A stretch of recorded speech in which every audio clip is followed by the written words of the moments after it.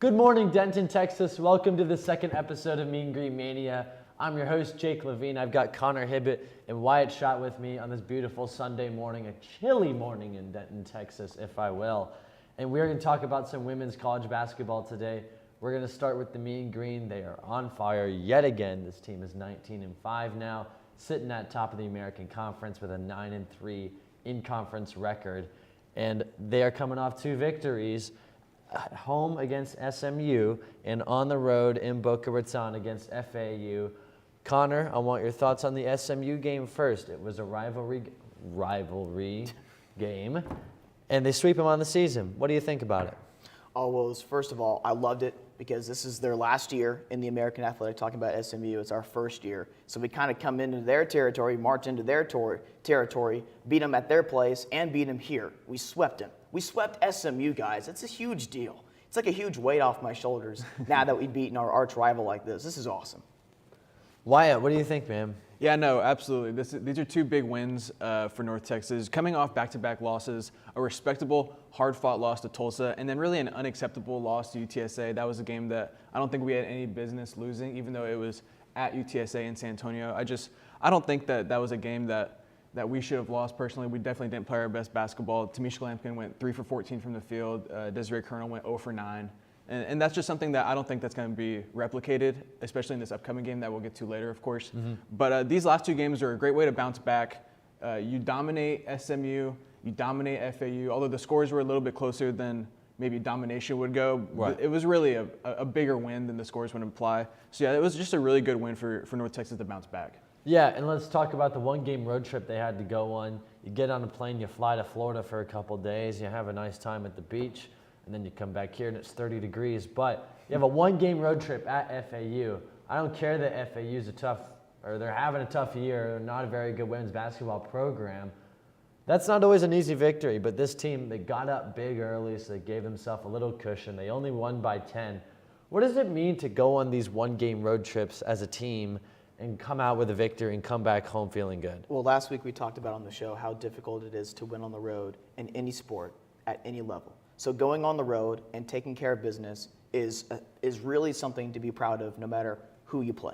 Because you never know, because your schedule changes, sometimes the mentality changes, you get distracted. You're at the beach at FAU, basically. It's easy to get distracted. How many times do we see bowl games in college football when you're on the beach, when you're playing in the Bahamas Bowl, and we see like a no-show from a particular team? It's easy to have a no-show if you're playing at a program like an FAU because you're distracted by other things. It's easy to be distracted when you're playing away from home. So the fact that we took care of business, we were talking about style points, and when the score was not indicative of how the game actually went, we could have won that game by 25 if we wanted to. But the most important thing is playing to win the game, and that's what we did. And we still won by a decisive margin. We were up by really 18, 20 points in most of the game and ended up winning by 10. But it was a really good performance from start to finish.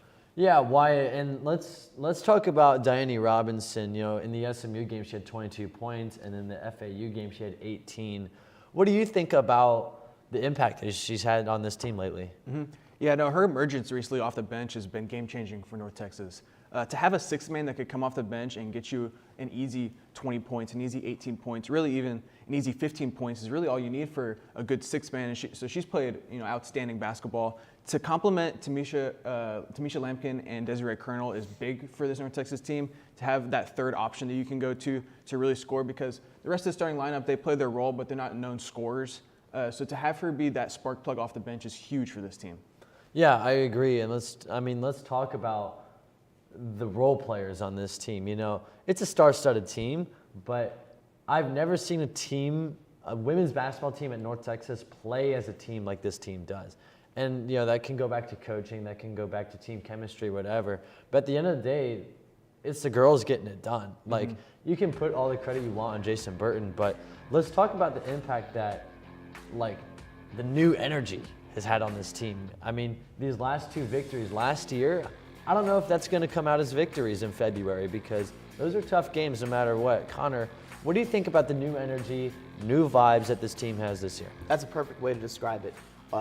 Obviously, when you have all the momentum, players get into the game, a lot of fans get into the game, but it's just the little things with this team. We could be down by, say, 8 points midway through the second quarter. we force a turnover, or maybe like we force a charge or something like that, and the whole entire bench just starts cheering, and they just, like, even if they're not even playing in the game, they're into it. They're cheering their teammates on. The whole entire team has a positive vibe. It's those little things that matter.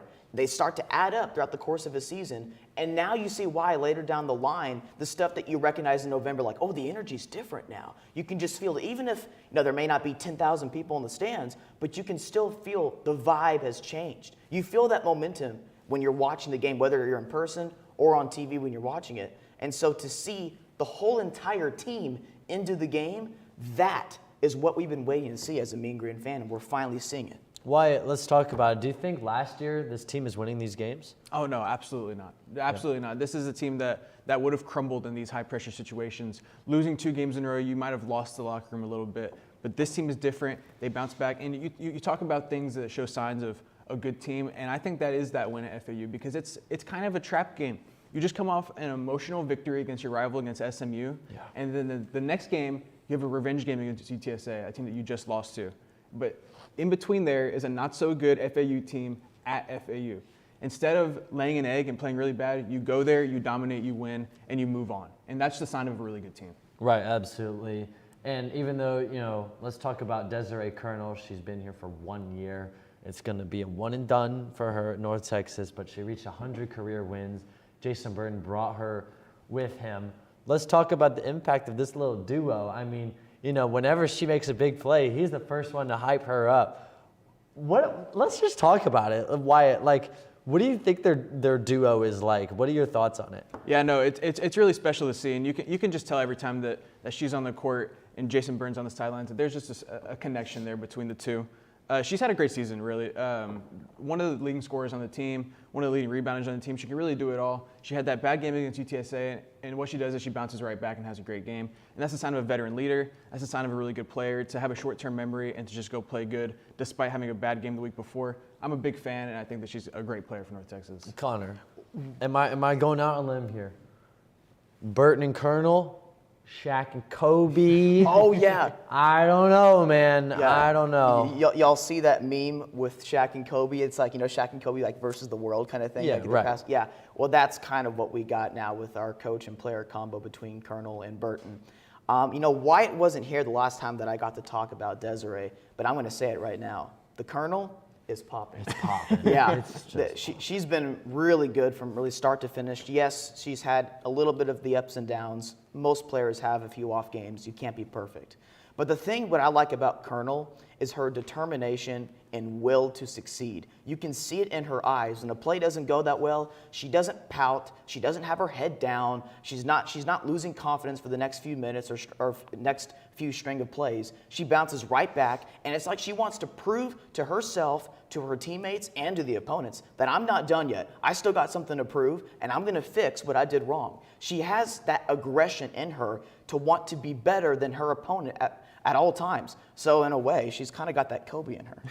Let's go, buddy. Yeah. Let's go, baby. Well, when we come back, we're going to be talking about some national news within women's college basketball, so stay right with us. All right, look up here. 1, 2, 3. Mom, Dad, I got it.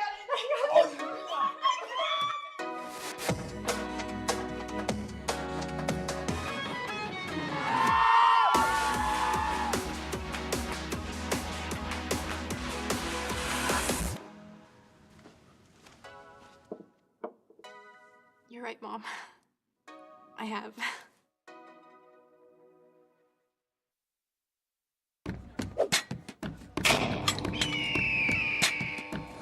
Why should you join Talons? We are very welcoming to people who may be a little bit hesitant. There's people currently right now in our organization who are in leadership positions who were hesitant before to join, and they found out that they just loved the organization and wanted to be a bigger part of it. All their events that they host. What's the best part about Talons? I would say meeting new people, because the university, while it's a kind of small campus in terms of physical land, there's a ton of people here. And so getting to meet all these people who have so much school spirit and love for this university and want to spread that to other people, it's kind of like a little miniature family that we're in. I'm so tired. I feel ugly. I'm not okay. I didn't know UNT had counseling services. Maybe I should check it out.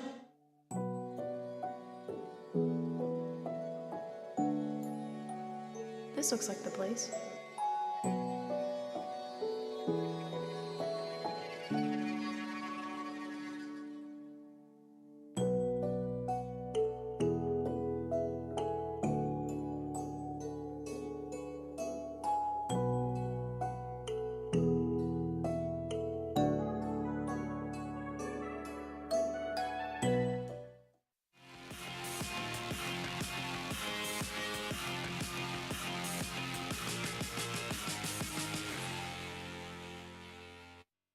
Mania. I am Jake Levine. These are my two close good friends, Connor Hibbett and Wyatt Schott. We're going to talk about some more women's college basketball today. And Iowa has been the big story lately. Obviously, Caitlin Clark has broken the scoring record in NCAA women's basketball, truly changing the sport. It's safe to say.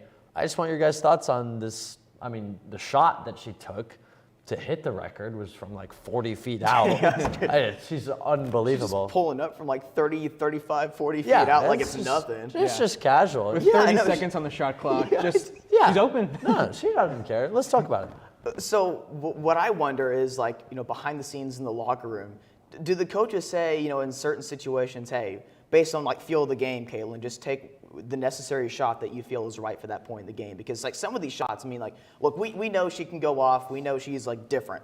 So, you know, you grade her differently than you would most players in college basketball.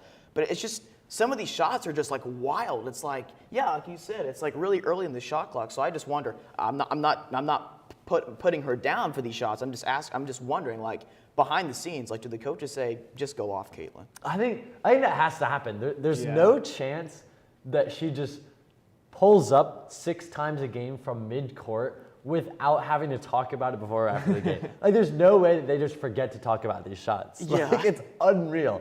Wyatt, what do you think? Yeah, I don't think that there is a more fitting way for her to break the record than with a logo three-pointer to do it, because that's just, that shot right there summarizes her career at Iowa. It's just been completely dominant. She's one of one. I've never seen another women's college basketball player like her, and I don't know if there ever will be another player like her. She's absolutely incredible, and she's extremely close to breaking Pete Maravich's record for all-time NCAA scoring leaders. Yeah. So through men and women, she could potentially have scored the most points in all of college basketball. Greatest college basketball player of all time. If she wins a ring, she's up there. Yeah.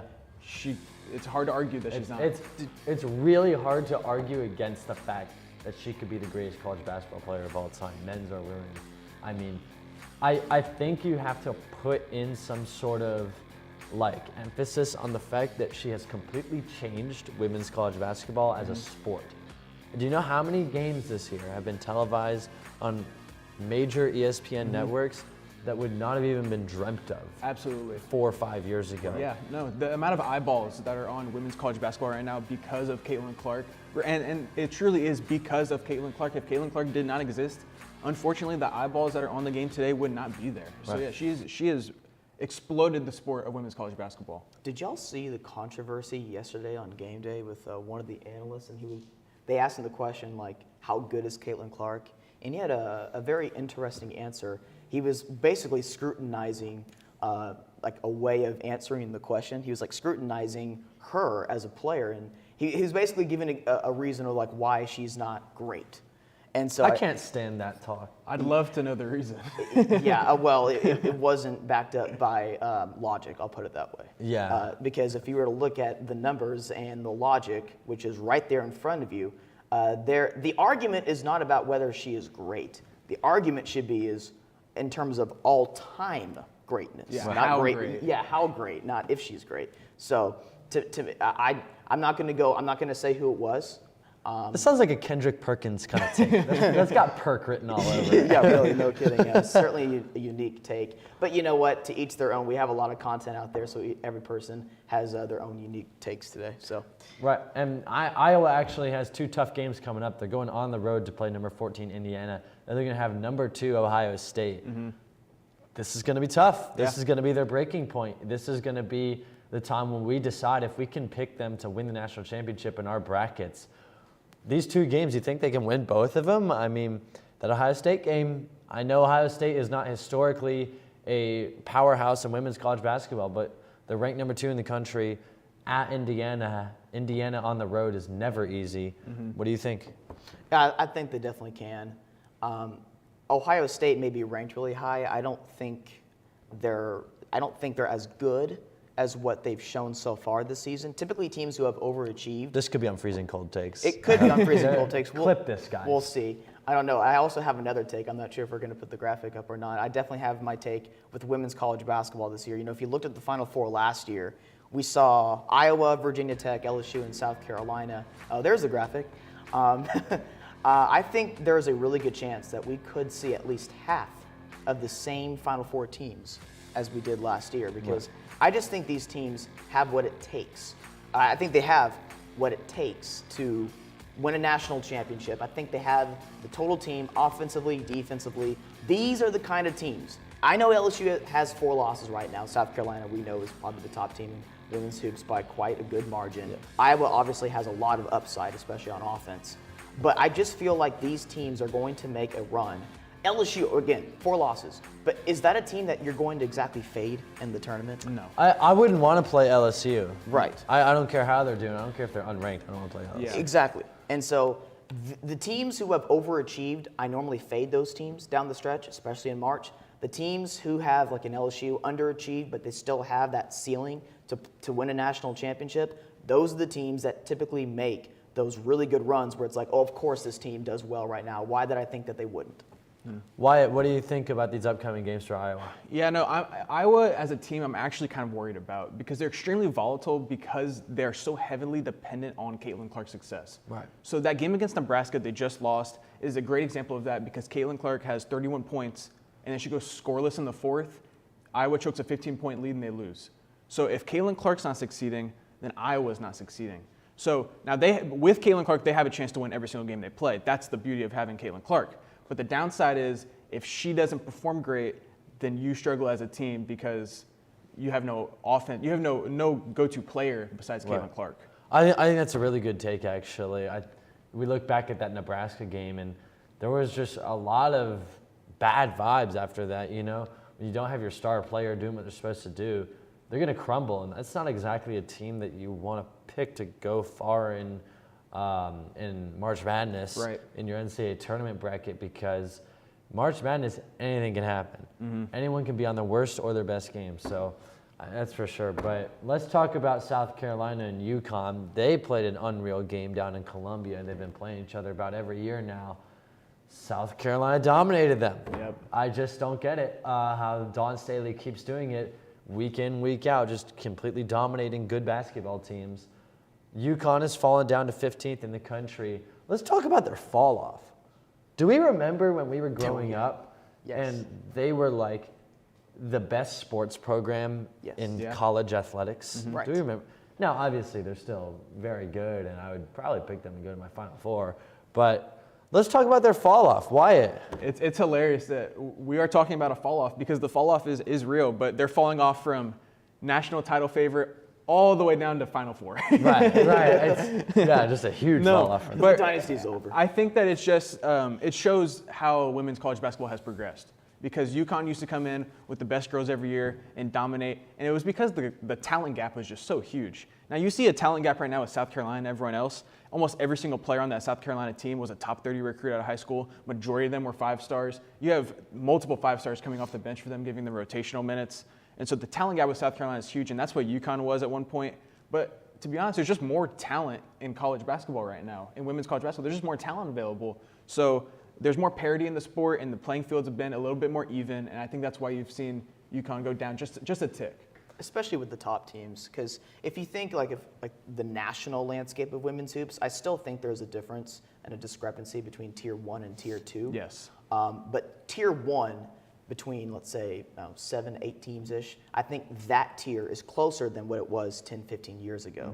Talking about South Carolina, this was supposed to be a reloading year for them. They're a younger team than they were last year. they certainly were not projected to be undefeated at this point. Now, we're not talking about a fall off to where they have a losing record. But nonetheless, South Carolina wasn't projected to be as strong as what they've been this year. Of course, fading South Carolina would probably be a mistake anyways. Yeah. Wyatt, you told me a stat before the show, so I don't exactly want to steal it from you. What's 15 of their last 17 wins? 15 of their last 17 wins have been by at least 18 points, and the ones that weren't were at LSU and at Tennessee, both very, very good teams. That is ridiculous. It just shows. So we are scrutinizing South Carolina's wins right now. That's how good they are, folks. There's a large difference between South Carolina and the rest of women's hoops. Of course, we were saying that a year ago, and they didn't end up winning the national championship. But I wouldn't want to fade South Carolina. Here, let me throw in a crazy stat real quick. The shortest player in South Carolina starting five is 6'1". The tallest player on North Texas starting five is 6'1". Oh my goodness. That's a crazy stat. Yeah. If South Carolina does not go undefeated in the Win National Championship, I will do whatever the top comment says. Guys, please leave something down in the comments, and I will do it if South Carolina does not win the national championship. Wear the inflatable. And have 0 losses. I'm so confident in what this team is doing. No, I really I don't think they're blame the you. greatest basketball team that women's college basketball has ever seen. I don't think any team even compares to. You can look back to the UConn teams. No team has been as dominant in each and every game that they play. They're beating UConn by double digits. Yeah. Like you said, 15 of the last 17, they've won by 18 plus. What are those two? You know, they're probably winning them by 14 or something like that. Yeah. Like, it's just absurd. But the rankings this year, they're a little different. I mean, you've got a couple mid-majors in there that we're going to talk about in a little bit. Ohio State is second. I wouldn't really bet on them. UConn is down to 15th. Is there anything notable in the rankings that you guys think stand out this year that are unique? Oh, well, NC State is kind of having a breakthrough season. Yeah. They had their lowest expectations in about a decade. I think I brought this up on the last show. And they've been a total surprise. They've been one of the biggest surprises this year in the entire nation. So shout out to the Wolfpack. By the way, NC State sports, like very, very quietly, they're kind of well-rounded. Absolutely. Yeah. So shout out to Rally. You guys are rallying right now. Hey now. Wyatt, what do you think? I mean, you look at the women's college basketball rankings. Is there anything that stands out, anything unique? Yeah, no, they got two mid-majors up there. They got Gonzaga and Princeton. Yep. Princeton's a really solid squad. We'll talk about I have something to say about them in the mid-major segment. Yep. You have Texas that jumps into the top 4. That was big. They lost their best player to an ACL tear. They had a true freshman step up who's now averaging over 20 points per game on the season. Just huge for them. And then, we talked about Ohio State, just not known historically for dominant women college hoops, but they've had a great year so far, and they deserve that number 2 ranking. Yeah, most definitely. Well, when we come back, we are going to be talking about some mid-major college basketball. It's going to be a very exciting block, so don't go anywhere. So a man's been walking in the desert for days at a time. He finally comes across a bar and orders a Coke. That's not funny. Eh? Eh?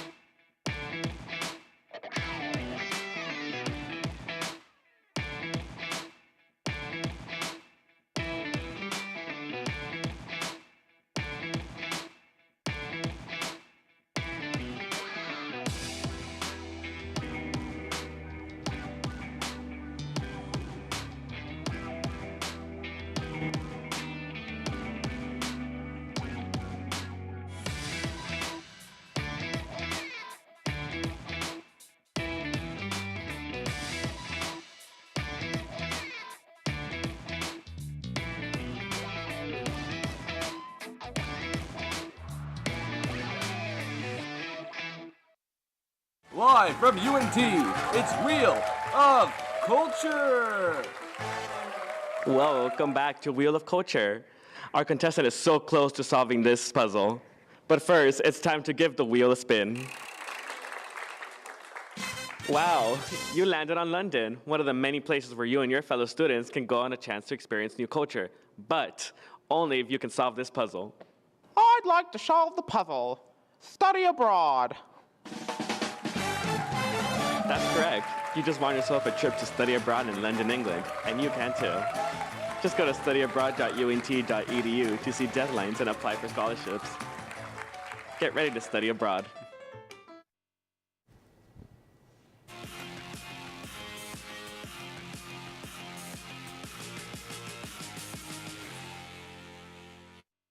Back to Mean Green Mania. I'm your host, Jake Levine. These are my buddies Connor Hibbett and Wyatt Schott. We are going to be talking about mid-major college basketball. This is going to be a fun one, guys.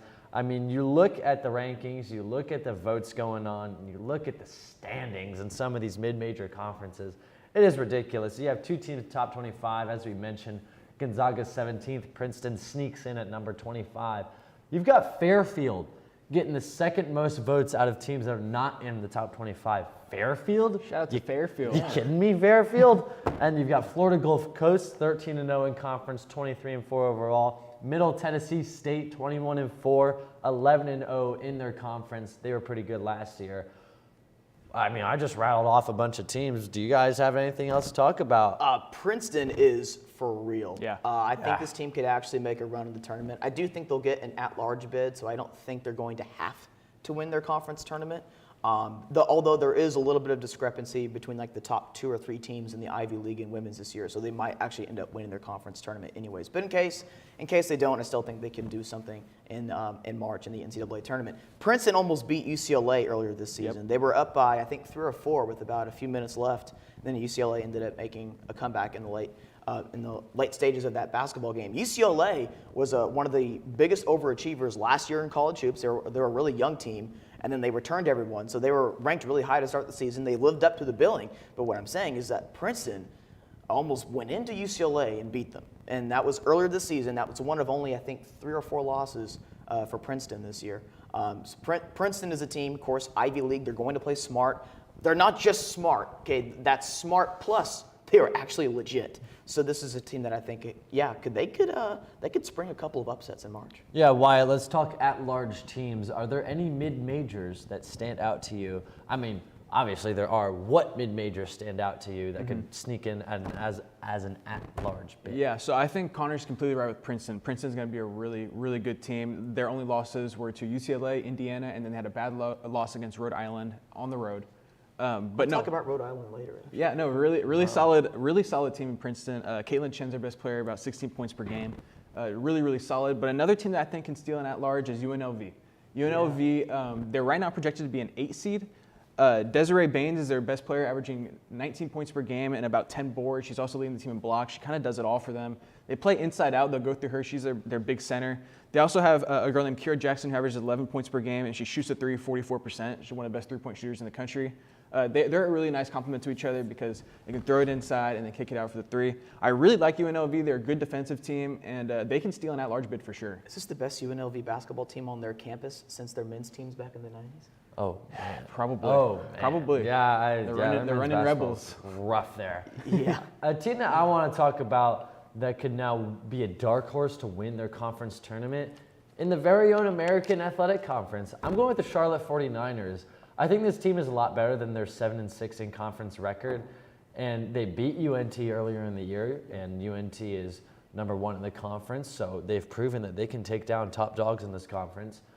I wouldn't want to play them in the conference tournament. Their athletic department as a whole is really trending up, and their men's basketball is obviously doing amazing, and their women's basketball, like I said, much tougher team than what their record shows. And come March in that conference tournament, that's not really a team you want to play. They have a great coach. She's very fiery. She gets the team going. They have a pretty good fan base there. I mean, you look at them up and down, and you look at their schedule, and they don't look too terrifying, but that's my dark horse. I mean, if I were North Texas, if I were Rice, if I were Tulsa, one of those top teams, that's not a team you want to run into in the 3rd round there. Yeah, Charlotte's had a lot of competitive losses this year.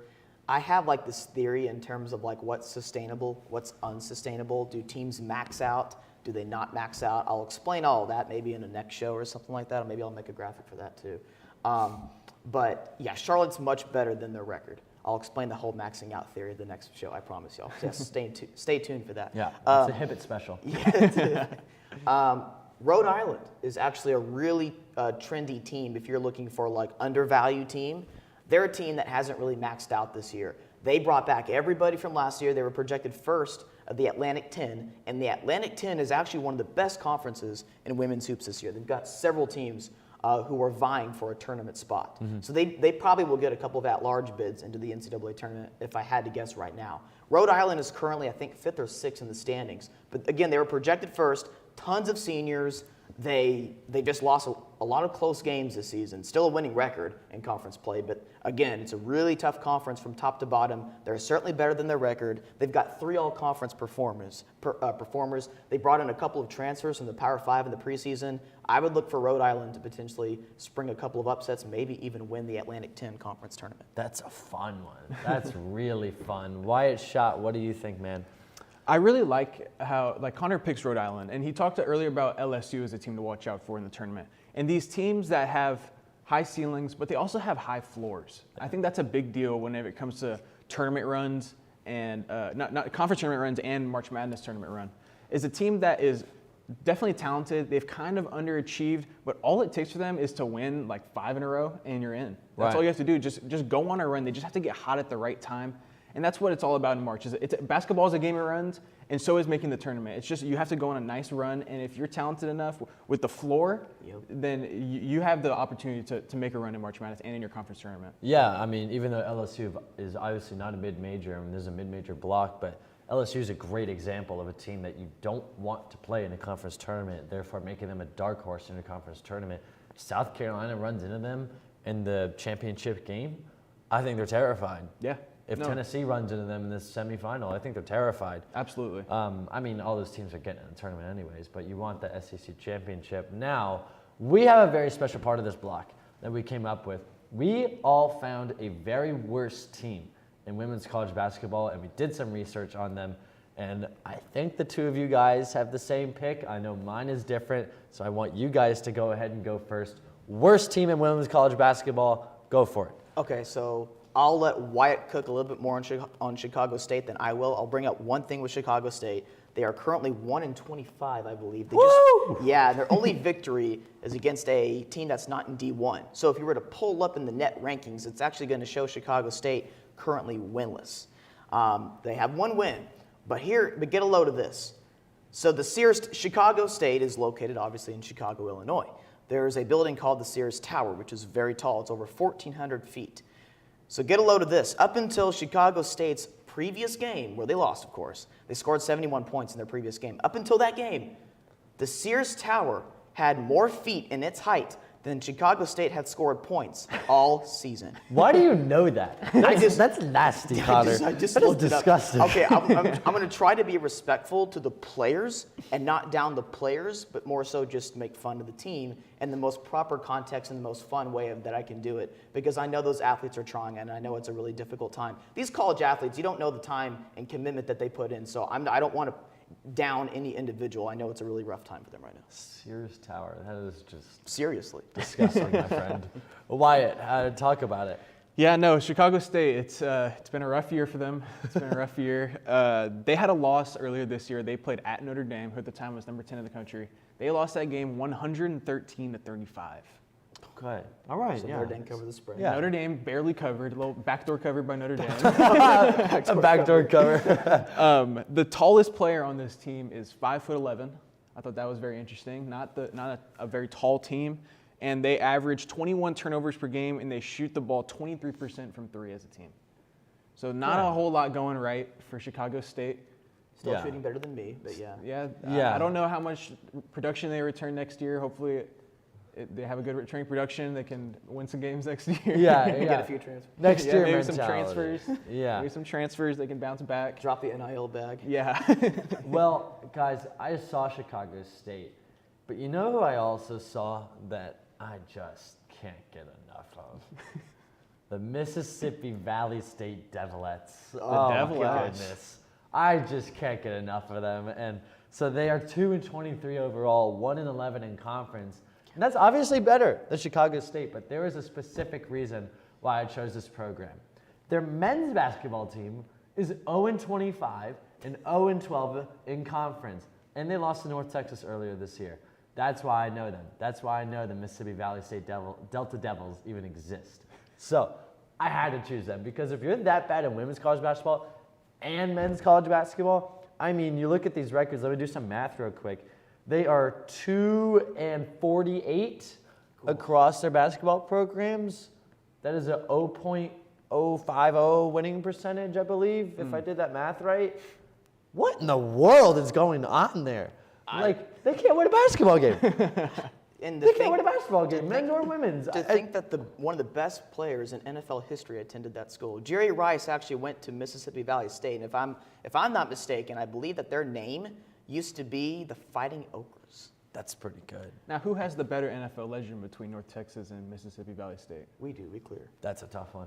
Well, I mean, our whole program's named after him. It is true. Yeah, I don't know. I think we might win that one. Yeah, but Mississippi Valley State's my choice. I just love talking about them. They just draw my attention so much that their basketball programs even exist. It's just phenomenal. What's also crazy though, so South Carolina is currently #1, obviously, in the net rankings. I want them to play each other. Oh, I want to see that hang on. happen. There's it's not really much of a rival, but there could be an in-state rival formed here. South Carolina against one of the lowest teams in the net rankings, South Carolina State. There you go, Bulldogs. Okay, now get a load of this. Here's another little sports nugget for y'all. So the discrepancy in the net rankings between South Carolina and South Carolina State is larger than the difference in mileage between the two universities. Wow. To and from. That's good. In travel. To and from? Yeah, to That's and good. from. That's a good Connor, stat. where do you come up with this? I just what thought do you do in your free time? It said like, gets like some fun little stuff for some of these teams. So I was like, fun little stuff. Let me try to figure out a sports nugget that's not going to be anywhere else on Twitter. So I just went crazy. I was like at 1 o'clock in the morning when I'm thinking my best clearly. So don't ask me this at 1 in the afternoon. Ask me 1 in the morning. These kind of things. It's like Whataburger. You don't get it at 1 in the afternoon. You get it at 1 in the morning. That is true. That's what it's made for. Yeah, that's most. So what would be the spread if South Carolina played South Carolina State? 40 something? I think it's got to be 40 or 50 plus. Oh boy, Probably I 50 was plus. gonna say like 47 65 and a half. It might be higher because I can see them winning by more than 50 pretty easily. Yeah. It's just about they want to I keep think the foot on they'll the have gas. to put the managers in. I think they'll have to put the grad assistants in. Like I don't think that still they might can be a allow them blowout, to too. play. Yeah, I think the grad assistants could put up a better game, honestly. I would volunteer as tribute for Waterboy. Well, when we come back, we're going to preview the upcoming UNT basketball game today because that is why we have the whole show. We're going to have the voice of North Texas basketball, Zach Babb, sitting here right with us, so don't go anywhere.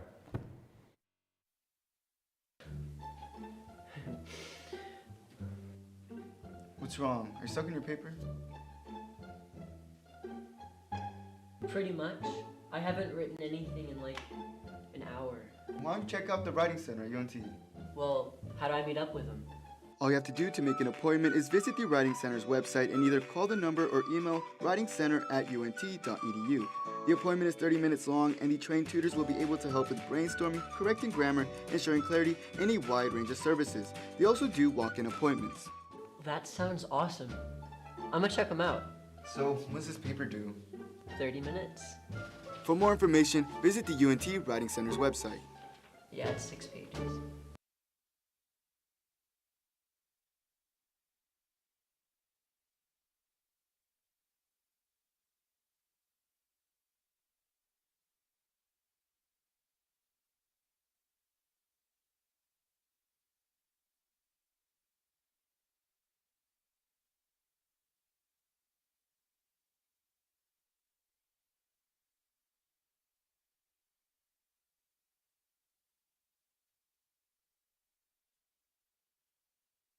There's no harm in wanting to have fun while in college, but it's easy to lose track of how much you've had. Apps like Drink Control and Alkadroid can help keep track of your consumption and blood alcohol levels. If you or someone else does drink too much, the signs of alcohol poisoning are as follows: pale skin, vomiting, confusion, low body temperatures, irregular breathing, blacking out, and is hard to wake up or cannot be woken up. Dude, are you okay? Hey, what's wrong? Wake up. It's an exciting time of year, but it's important to be responsible. If you suspect someone is suffering from alcohol poisoning, get help immediately. You will not get in trouble for seeking help if you are underage. For more info and resources, go to UNT's Division of Student Affairs.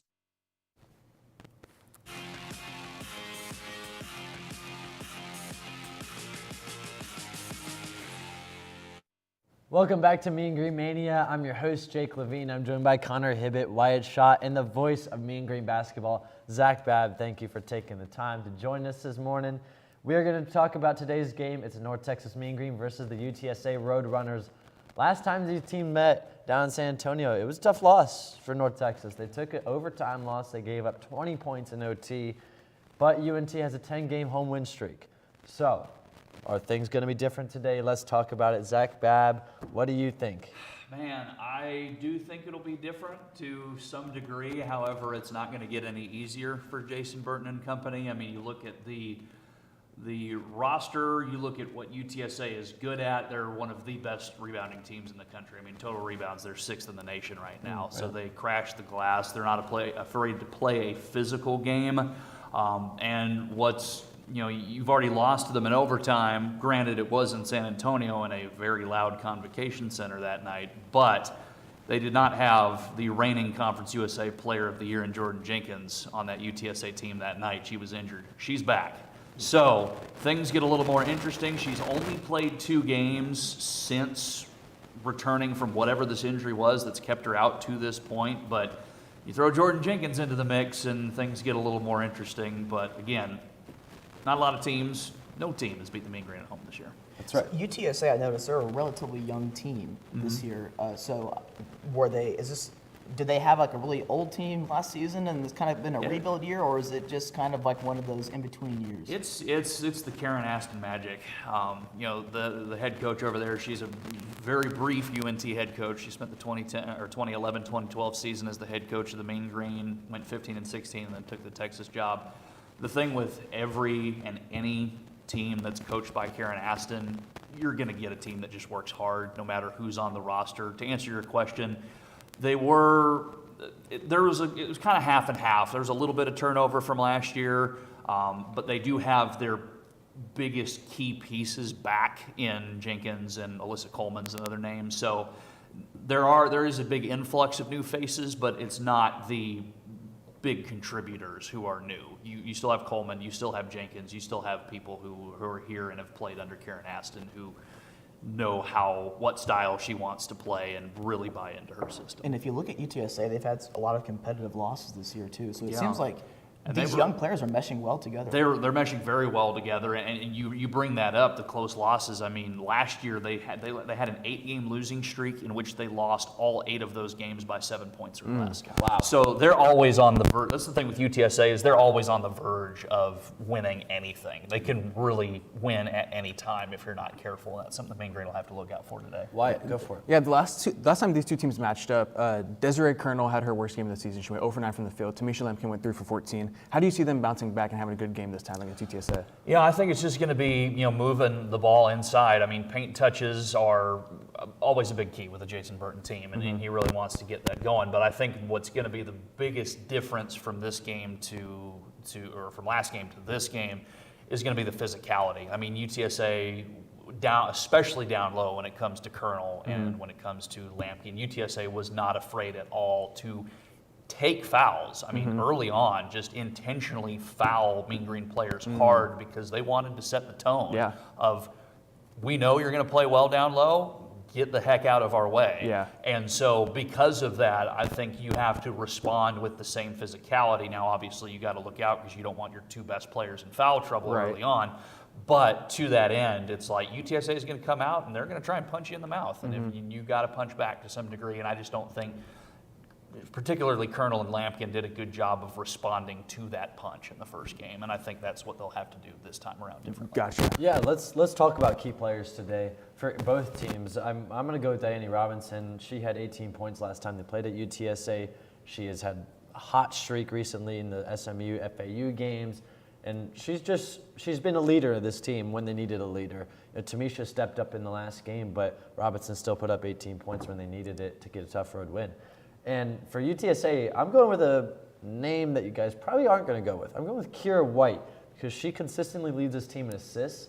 And with the pace of play that UNT is going to have to force them to play, they're going to need to move the ball around because it is going to be a fast game no matter what. Connor, what do you think? I'm going to go with Deanna Might Robinson. She has been dynamite for the Mean Green. Yeah, another pun for y'all. She has shot 55% from the field the last 2 games. This is the last 2 games. She shot 55% from the field. She shot over 60% from the three-point line. And she's averaging 20 points per game. And she's only had a few turnovers in that stretch.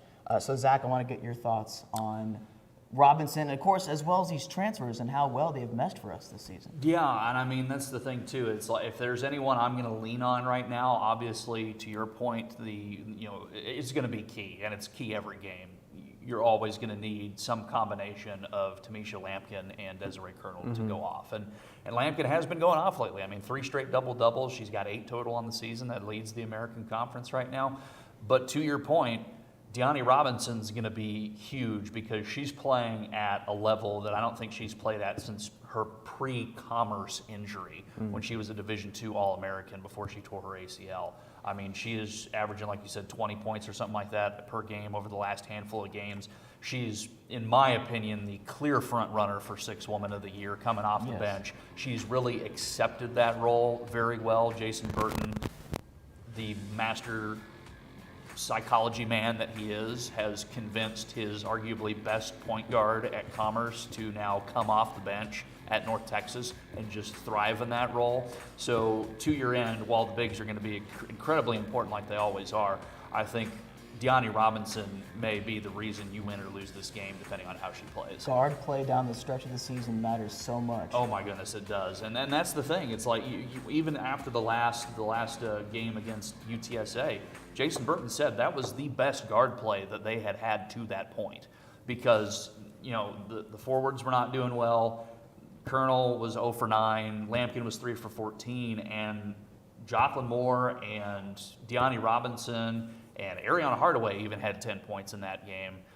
The reason they even took that game to OT against UTSA was because of guard play. Right. So if you can get that kind of guard play again and match that up with even average forward play, because you had subpar forward play in that last game, especially with it being at home, I think the Mean Green have a good chance to win this game. Yeah. Wyatt, who's your players to watch out for?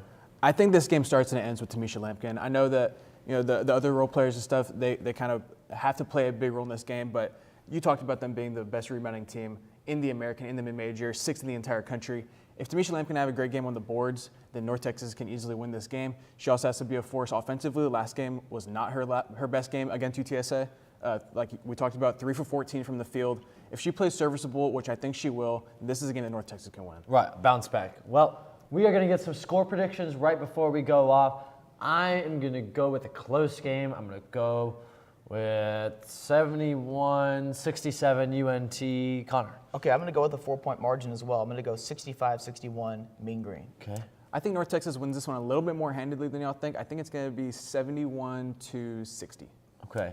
I'm going to go for a big bounce back, good forward play in addition to good guard play today. North Texas is 16-1 when they score 70 or more points. I'm going to give them that margin, but I think UTSA does put up a fight. I'm going to say 74-69 Mean Green. All right. Well, we should have a good game on our hands. Make sure to get to the Super Pit today. Tip-off is going to be at 2 p.m. And that will do it for us today on Mean Green Mania. Thank you so much for joining us. Follow us on our socials at NTTV_sports. Have a great Sunday. Have a great rest of your weekend. There's not much left, so you got to enjoy the rest of your day. Go watch the game today. And that'll do it. Have a good week, everybody, and peace out. Go Mean Green.